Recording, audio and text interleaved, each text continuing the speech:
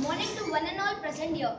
This is a project for 24th National Children's Science Congress 2016 to 17. Our theme of this project is Science, Technology and Innovation for Sustainable Development. The sub-theme is Natural Resource Management. The topic is comparative study between two locations of Thane Creek, which are Airoli Sector 20 and Kalwa Bridge. For biodiversity check, I am Sameer Mehta and I am going to give the introduction of our project. Mangrove forest is an ecosystem where significant linkages occur between the land, the ocean and the estuary.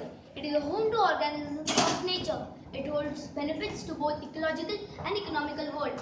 However, mangrove forests have been declined over the 4 decades. The main reason for this is population pressure, wood extraction, pisciculture, salt production, industrialization, etc. Our project aims to highlight the change in physical and chemical properties that lead to the change in biota. We have selected two locations on Thane Creek, which are Airoli Sector 20 and Kalwa Bridge.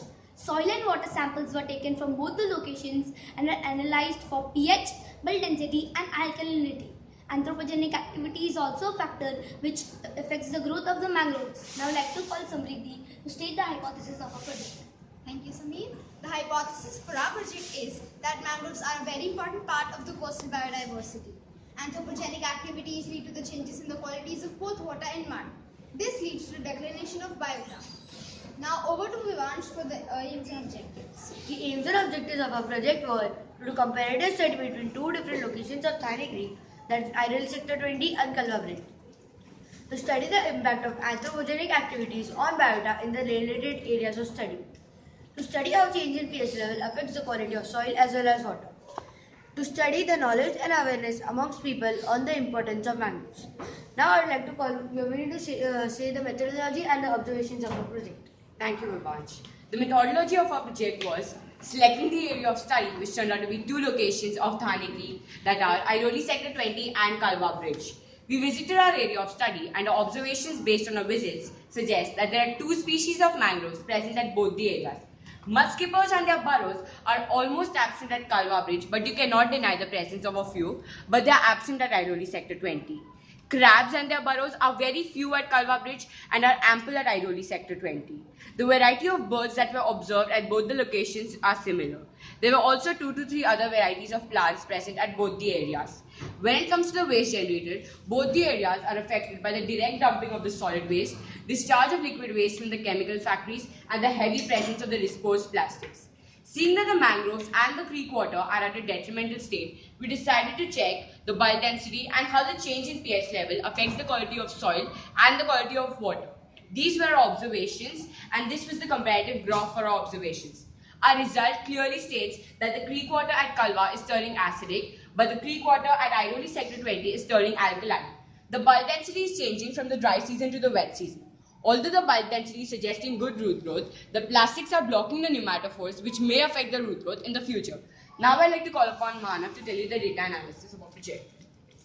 The data was collected from randomly selected 100 respondents from Mulund West, Airoli Sector 8 and Thane. The data was compiled in the view of objectives of our study and subjected to statistical treatments such as bar graphs and pie charts. We also took the relation between age group and the awareness about importance of mangroves into consideration for our project. On the basis of question 1 from our survey, we can see that 72% of the respondents are aware of the fact that mangroves are present in the local area, whereas 28% are not. Out of the 72 respondents that answered yes for question 1 in our survey, 35% are aware of the fact that depleting, 44% say that they are not depleting, and 21% are not sure whether they are or they are not depleting. On the basis of question 7 from our survey, we can clearly see that majority of the people think chemical pollution, development adjacent to mangroves, and human trampling are the 3 main factors that affect the population of mangroves. Over to Samriddhi for the conclusion of our project. Thank you, Manav. Our area of study were two locations from the Thane Creek, that is the Airoli Sector 20 and the Kalwa Bridge. From our study, we conclude that mudskipper population is declining in both the areas of our study. This could be because of the change in pH from the dry season to the wet season. This change in pH is because of direct disposal of solid and liquid waste directly into the creek. Bulk density value is less than 0.1, which indicates good growth of roots. Disposed plastics block the pneumatophores, which might affect their growth in future.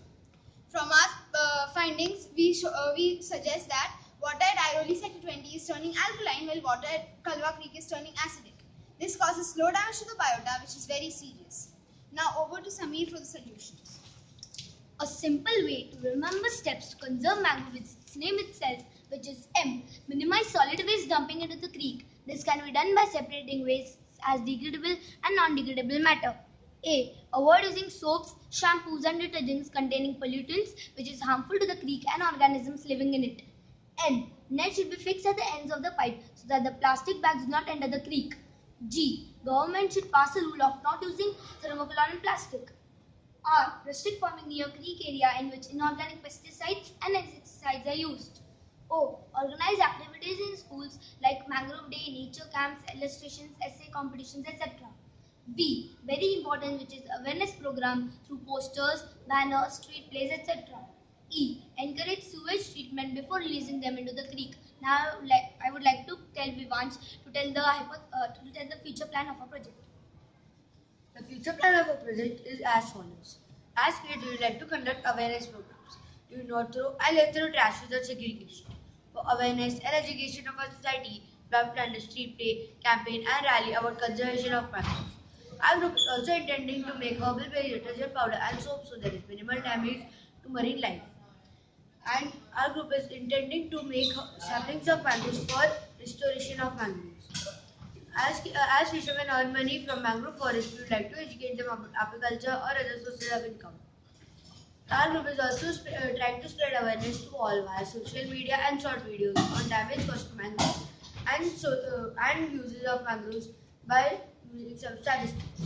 Before we wrap up with our project, we would like to thank our principal, our vice principal, our guide teacher and NCSC for giving us this wonderful opportunity to enhance our scientific skills. Thank you.